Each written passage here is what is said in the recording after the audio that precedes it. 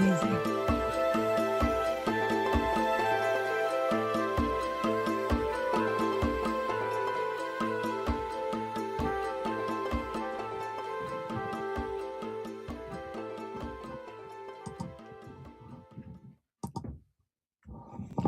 James, just leave it. Hello, everybody. You probably noticed that my head is missing. Here we go. Okay. We had a little confusion because we're doing something for the first time. But here we are. So, welcome to Building the World We Want. And the kind of world that we want is one where everything goes wrong and we can relax and have a good time.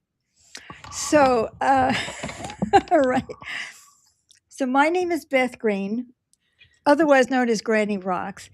And today we're going to be talking about Meet a Woman who has turned upside down the whole hero worship thing. So I'm going to introduce you in a minute to our guest, but you can see her already. And so let me just very, very quickly, like in 30 seconds, give you an idea of what I'm talking about. Last week we had a show about is hero worship destroying our country as well as ourselves. And the answer was yes, of course, because if I asked the question, there must have been something that I thought was true about it. And it's about how we feel unsafe in the world for all kinds of reasons, and we're looking for someone to save us. So we pick somebody, a hero who's going to somehow save us, right? And then either they are going to disappoint us or we're going to pretend that they're not disappointing us, and then we start lying about them and trying to pretend that things aren't the way they are. And I think we've all seen that in our collective lives. So there's that. And then there's personal, I meet a guy or a woman and I want them to save me from loneliness, from self doubt, from pain, from everything. And then worse than that, I want to be a hero. And I never live up to that desire and that expectation. So that's very, very damaging. And we see young people going out and killing themselves in football games, or some woman going out and trying to find somebody to protect her. And we all know how this ends up. People get hurt, people feel shame, people are not living up to their fantasy about who they should be. And we all know that we should be Batman or Superman or Wonder Woman or something like that. So that's a very quick recap of what it was about. Well, there was a great response from our audience. A lot of people really took it to heart and thought about it. And one of our viewers, is this lovely woman named Catalina. Mm-hmm. And she made a tremendous flip in her life around the hero worship. And it just seemed so great to have her on and talk about her journey, what happened with her, and how it became so different. So I would love to, first of all, introduce you to Catalina Guzman. And we have 2 comments already. Elizabeth says hello. And Todd says, so happy Lena is joining you today. So Lena, welcome to our show. Thank you. I made it. You did. We had a little confusion about logistics. Yeah, it's okay. But it's par for the course, right? Yes. So it's okay. It worked out. We're all here. Okay. So, Lena, I really appreciate you coming on and sharing with us what happened for you. But first, I think maybe it would be good for you to talk about the hero worship that you experienced before the show, so that people understand what it is you have flipped over. Okay, that sounds good. So this is through the lens of a writer. So I've been writing stories for probably over a decade, but reading, since I was a child. So the what struck me was when you talked about Superman, because I'm like, he's the epitome of hero for, you know, society and all that stuff. And then I was like, well, just then I thought about like the hero's journey because, I have the writer's lens going on that the hero's journey from Joseph Campbell. And I thought, okay, so if Superman's the hero, Lex Luthor's the villain and enemy, and, he needs to be vanquished. And I was like, so Lex Luthor represents anything that we need to be saved from. Mm. And then I started really thinking about the hero's journey, and it's been bothering me. I've written stories when I was really at the beginning learning, I was taking it step by step. Here's the hero's journey from Joseph Campbell starts with ordinary world, call to adventure, refusal of the call, and then you accept the adventure and move forward by yourself, Mm. slay the Mm. dragon, after there's other steps Mhm. between. So you slay the dragon and you rescue the princess, right? That is Mm. too.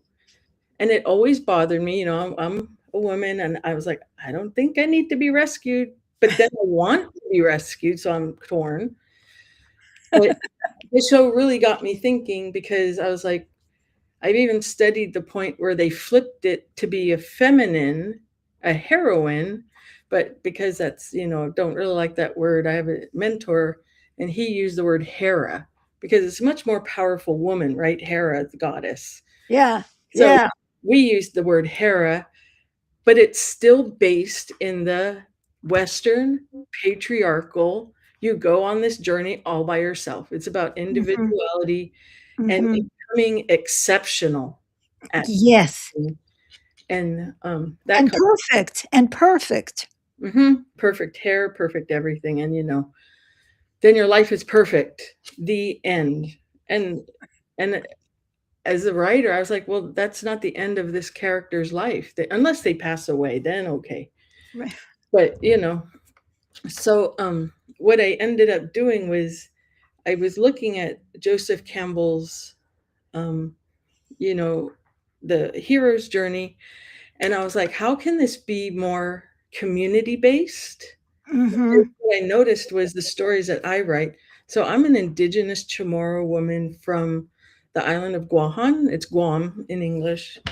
And I was like, I looked at my most recent story and I tried to put Joseph Campbell's uh, path on it, and it just didn't match.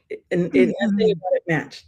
So I just kept messing around with things, and I came up that I don't know how it happened because we've been colonized for 500 years, the Western patriarchal way of life. But for some reason, I write stories that are not heroes' journeys, even though I think they are, because I see the Mm. community in it. It's always about the village or the family or the whole Mhm. island or the whole neighborhood because I don't write just about Guahan. I write stuff about here.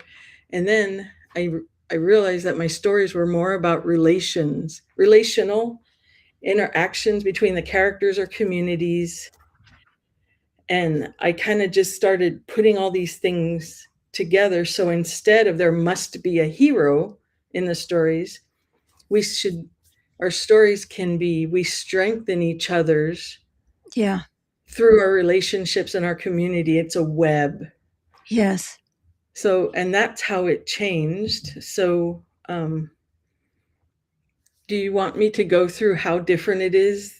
There's like I think 8 steps, or I don't know if that's important. I do have this on a blog, so if people want to read more into it. So Well, let's before you go on to that, and I don't know, I haven't seen that blog, The 8 Steps. Have you sent it to me? um I I think may have. so, Oh, but well, uh, I have a great memory. But anyway, but before we get to that, do you feel I think that we have a culture that feeds the idea of heroes. And Oh, then yes. and this is like an infection. You Mhm. know, who are the heroes? Franklin Delano Roosevelt, was a hero. Um, JFK was a hero. Oh, definitely. Martin Luther King was a hero. Yes. To some people, Malcolm X was a hero. Then Cesar Chavez was a hero. And I found out last week after the show that Cesar Chavez was discovered to have clay feet, that he was molesting women. Mhm. And so now he's the devil. Right. You know what I mean? Take him down from everything. He didn't do anything good. Now he's anathema, because that's what we do with our heroes. Yeah. We either build them up and then we tear them down. Um, and so there is a way in which this is fed to us from being very young. And I think that our parents want us to see them as heroes. Don't you think? Yes, definitely. I was a teacher for 15 years in elementary school, and that was definitely something I saw. I taught children as little as kindergarten up to 6th grade, and, as they got older, that parent was less and less heroic. Mhm, They're mhm. as a child matures and they started seeing what, the real world was and stuff, but definitely. Mhm. And then they're so angry at the parent, they start tearing them down. "You don't know anything," right? Teenagers, right? Exactly, Teenagers. exactly. So there is that, and so we've got cultural icons, we have family members. Okay, Mhm, it could just be that, I want my mother to save me from my brother, or I want my mother to save me from my dad, or, mhm. my father was my hero and I don't want to remember that he molested me, or and it goes on and on and on and on from very, very early. And, we wanted the captain of the football team to be a hero, Oh, yes. or, the head, or there's some guy from Little League who, wins for the team. And all of that hero worship is so corrosive of everybody else. Nobody feels good in comparison to the hero. Right. And then we discover that the hero isn't who they think they are. And then we're so busy trying to be the hero that we damage ourselves in the process of doing that. And so I'm wondering if there are some cultural images in the Chamorro culture Mhm. that Oh, yeah. created this whole predilection for you to be thinking in terms of heroes, not just from Joseph Campbell, but from your own experience in your own culture. Definitely. We have, they're called Magalahi. They're the male chief of the villages, and, there's a little bit of writings about them. And we also had a Magahaga, which is the female chief, or, they're basically the leaders of the village, and they had equal standing. They managed different parts of the villages, but yeah, definitely they have books written just about the Magalahi, because our we were colonized by Spain, so it was very patriarchal. And even in our matrilineal society, it's not matriarchal, but matrilineal. So the line is followed through the mother. All the land, property, and assets go through the mother. It's still hero worship of the men, the strong men Mhm, who fought mhm. against the colonizers and who died for us and tried to Right, protect us. And right. And don't you dare question them. oh my goodness, exactly. They could not. They're infallible. That Yeah, you can't live up to that. no, As a because they were fallible. They were human. that's right. So yeah, it's definitely Fallible is failable, right. right? I Exactly. just thought of that. Mhm. Exactly. So, did you have any disillusioning experiences yourself that some hero of yours, it turned out, wasn't quite?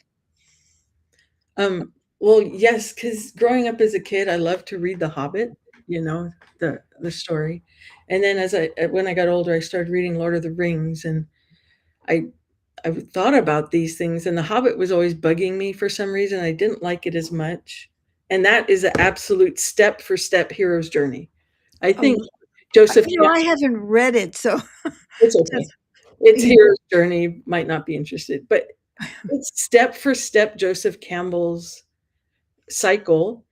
And in Lord of the Rings is like a longer thing, it's 3 books, and it seems more community-like because there is a fellowship, like, I don't Mm, remember how many people, 7 or 9 people go on a quest together. But mhm, when it comes down to it, it's one person. mm, He is the only one that can save the earth, the whole mm, world, Middle Earth, it's what it's called. But it's all up to one person. It's his decisions, it's his ability to overcome darkness and, one, antagonist that he's fighting. And so it's opened up my eyes to like, oh my gosh, this is like the the canon of fantasy storytelling. mm, This is all over the whole world. mhm, mhm, Everybody is aspiring to be like that one hobbit mhm. who saved everyone by overcoming darkness. He did have help. So Right, but it was still amazing. him. But Right. it was still him. Yeah, that's really interesting 'cause I don't approach it from the writer's perspective, so I find this interesting, you bringing in this, uh, literary references. I look at it from the, family psychological perspective. I look at it from the political perspective. Mhm. Somebody, who's, gonna lead the Democrats into overthrowing, the current darkness of the regime we're facing, or the people who believe in the heroes of the presidency, and uh, they don't want to know. They absolutely, I mean, Right. this is so damaging. People don't want to acknowledge that their leader may have dementia or Mhm. that their leader is corrupt. And when they finally make that turn, they are furious. Right. They are furious. So it may take a lot to get them to make that turn, but when they're there, they're furious. They're not saying, "Oh yeah, this is a guy," you Right. know, "This is just a human being who's done wrong." And I mean, the greatest hero I think in Western culture is Jesus. Right. Do we ever hear anything about Jesus that makes him sound bad? You Mhm. know, and or even that he had sex. There is a message here from James. He said, "My father was always trying to be the hero for me and my siblings, Mhm. even to the point of his having to outbox, not as in your outbox, but my brother and me, and to beat us at basketball." Oh That my is so goodness. heroic, the parent who can outbox the children, right, or beat them at basketball. I gave into this in order to be loved by him, even to the point of sabotaging myself not to win, which Yes. also hindered me as an adult. I've overcome this to an extent, but I still tend to give in to authority figures and give away my power. So Yeah. how do you think personally, Lena, you were impacted by this hero worship? Did you notice anything in yourself? Like James uh, is sharing with us how he still tends to give into authority, Right. or want to be, or actually also want to be the hero himself. I happen to know him. So,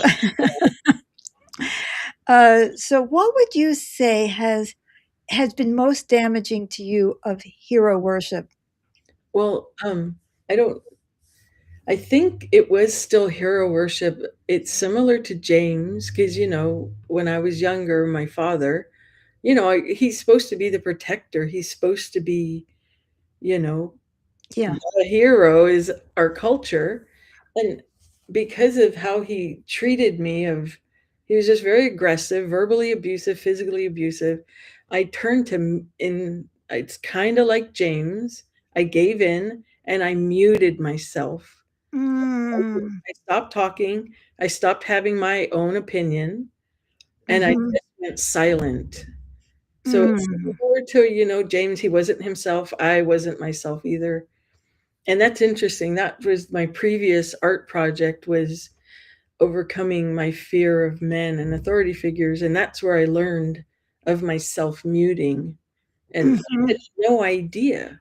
So that's something I'm working on, and putting all this, you know, reforming and transforming the hero's journey is me not muting myself about it, because I'm posting it on the blog, on the internet, and I'm sharing it with my writing community.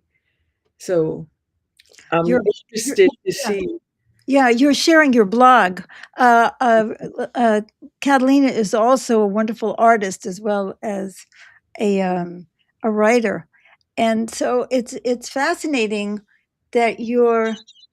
I mean, I gather from what you're saying that you're changing what you're writing, that Definitely. and you're speaking up more in your art, Yes. and you're doing it all, and you're breaking the stranglehold of the hero on Right. you. Mhm. And another thing that you were talking about before, but I think is critically important, and I didn't want to focus on it then, but coming into that, people are so scared if we don't have a hero who is going to save us, Mhm. right? Right. So we try to find some alternative hero, Mhm. or we try to be the hero individually, like you were saying. But I think that the big shift that you're talking about is we are collectively the hero. Really, that is always been the truth. Right. I don't care if you were Joan of Arc. You know what I mean? Joan of Arc didn't do it by herself, Mm-mm. and she did get captured. Um,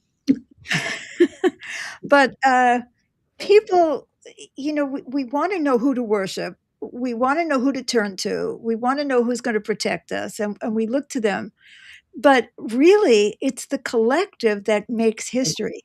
Mhm. And if you study history, that's what I studied in school, was history and Latin American history, as it happens. And what when you study history in high school and before that, what are they telling you? The history of the kings. This Right. king and then that king and the other king, and the kings fought each other, and you know, um, or this president, and then after that's the next president, and they're not giving you social history. But of course, as you get more sophisticated in studying history, you begin to realize that it isn't really like that. And Right. it's like looking at who created the moment that we're in now. Was it the people who voted in the the current administration, or Mhm. did the current administration create it? And of course, as we know, it's a kind of a relation. It was a community It effort. is. It is exactly, it is a community, and the hero. God told me once. Well, the inner voice, Mhm. whatever that is, because to me, God is not. I see a lot of people make God the hero. God is going to save me. God is going to make me well. God is going to do this. And God is constantly screwing up and not doing any of these things. But we're afraid to say God isn't, Mhm. or God is not all powerful. And that's something that I came to years ago, with the help of that inner voice that said, God is not perfect. But what a depressing thought that is, because then who's going to save me? Who's going to make me well? Who's going to change the government and all that? But that interplay. So, what this inner voice said to me is, leaders can only lead people where they want to go. Oh, that's interesting. Mm. Isn't that interesting? Yeah. And because I kept saying, well, why don't people listen to me? Why are they listening to all these other people that I think are wrong? Whether Mhm. they are or they aren't is a different story. Why are they listening to something like all this stuff about prosperity and manifestation? This is nonsense. In my estimation, was nonsense. Why are people listening to that? Why aren't they listening to me? I make more sense. Well, because they didn't want to go there. Yeah. So I was a leader who was going in the direction opposite from where the people wanted to go. Mm. And I'm blaming myself. It's like, what kind of a leader am I? Because nobody's listening to me. So that was really, really helpful. And I think it's a synergistic relationship. If you tell people what they want to hear, Right. They'll donate more. they'll donate more. Yep. And if you take them in the direction, if you say, oh, it's okay to be hateful, that's a great thing.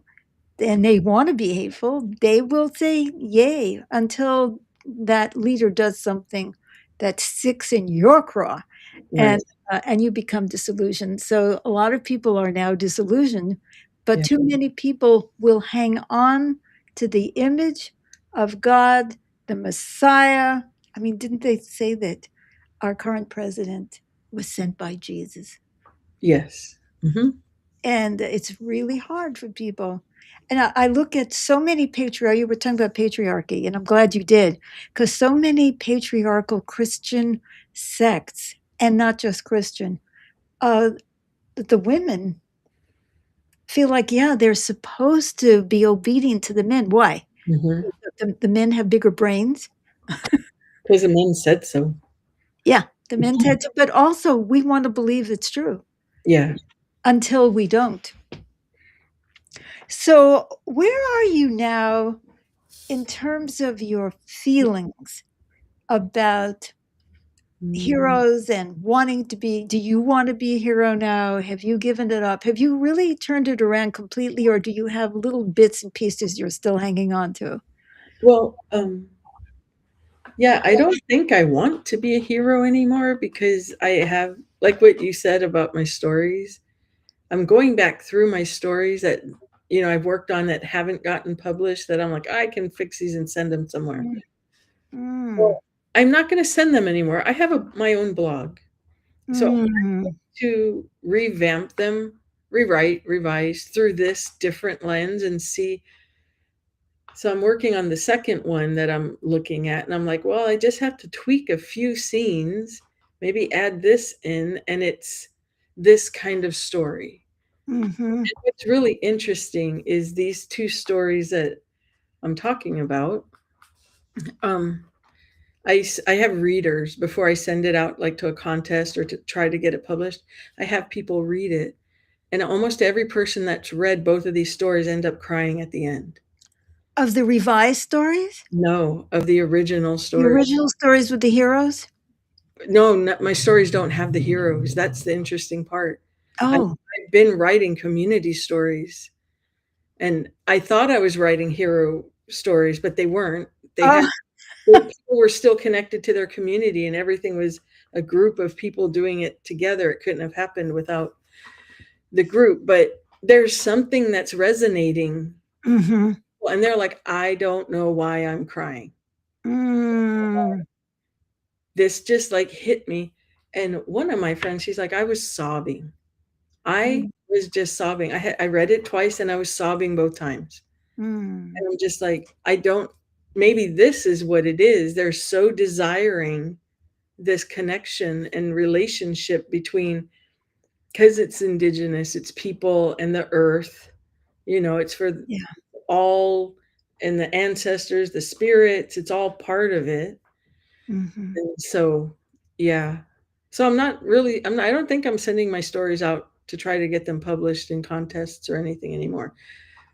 I don't know, because my blog is a very small place, and if my stories were to get somewhere with a larger audience, maybe it could impact other writers to Mm, look at this and maybe start going, "Oh, wow, maybe I can do something. This really impacted me. Maybe I'll try writing stories like this." mm. Can change, people's perspective about hero worship. Yeah. Yeah. Well, that's wonderful. Um, I think that there's a huge sense in the nation today that we can't wait, Mhm. that for some hero to show up, and that is in fact what's happening. And if you look at Minneapolis, or you're looking anywhere.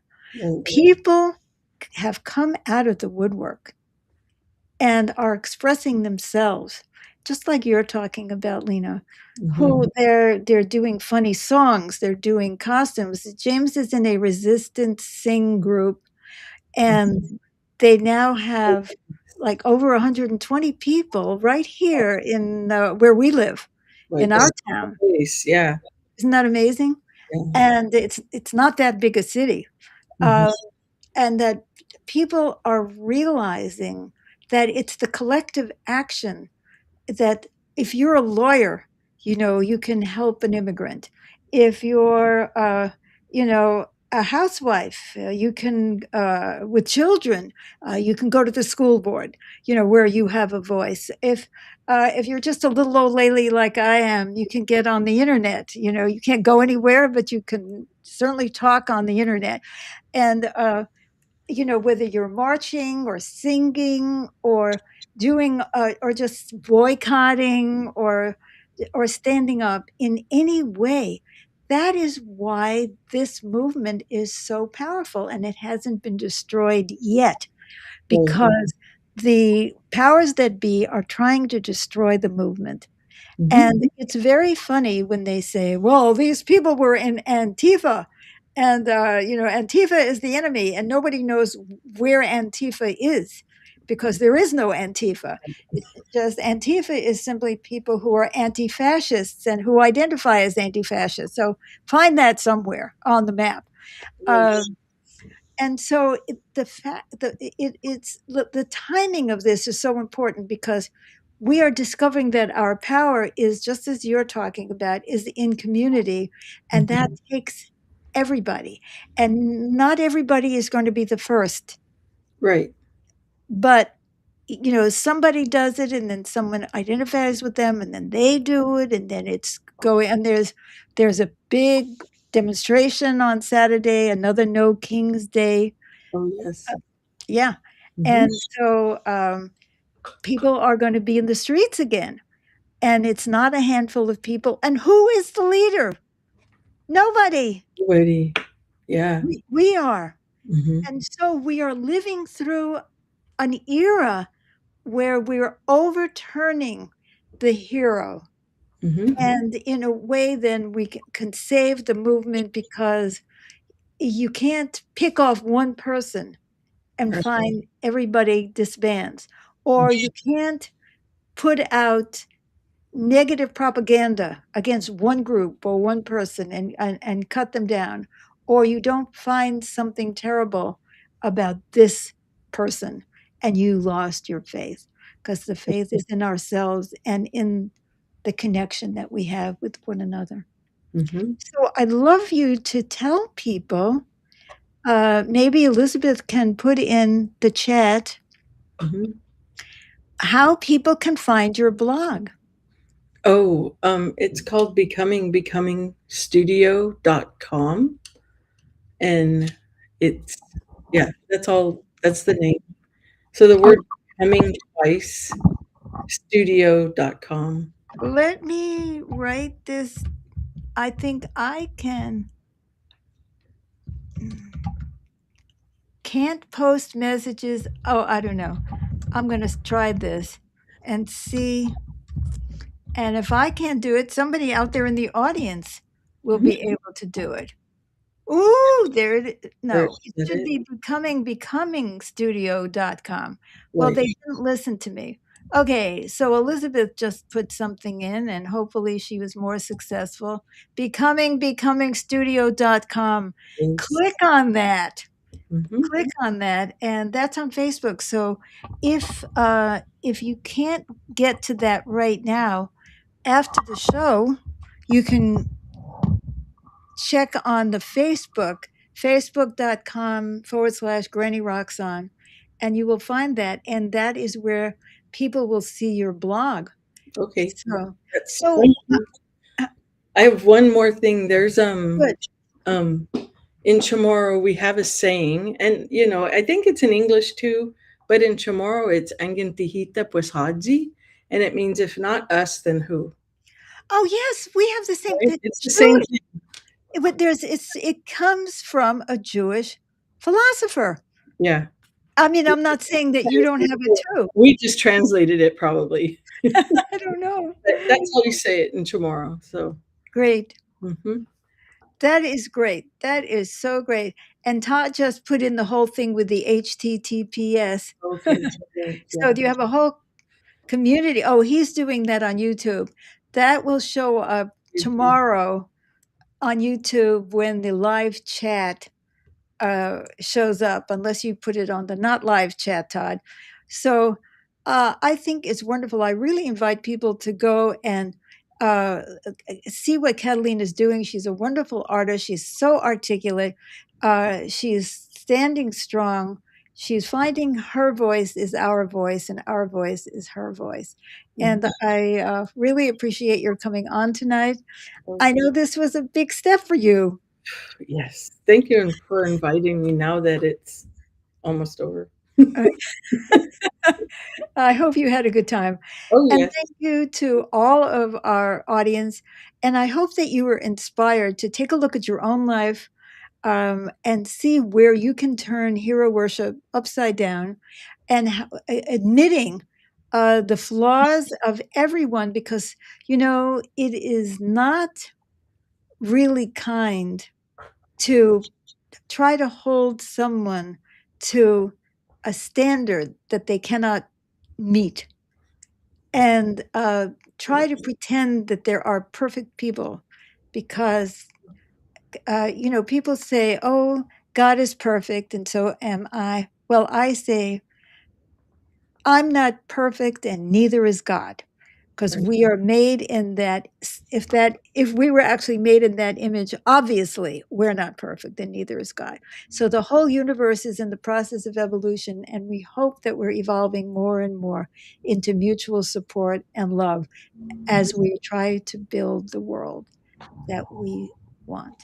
And so with this, I'm going to say, please join us tomorrow night on YouTube or Facebook. And James and I are the Kindred Spirits Band, and we will be playing some music for you, authentic, spontaneous, improvised music for you. And James may sing some resistance songs too. And that's Thursday at 7 p.m. Pacific time on these same stations. And come back next Wednesday and we'll see what we're doing then. And in the meantime, we love you. We are grateful for your support. Like and love and subscribe and follow. Todd said, great conversation. Thank you, Todd. Mhm. Follow our Facebook page and subscribe to our YouTube channel. We're all up above 6,700 subscribers on YouTube now, and we're marching to 7,000. That's pretty amazing. Give us likes and loves and share this program with anybody that you think it might help. So until then, bye bye. Bye.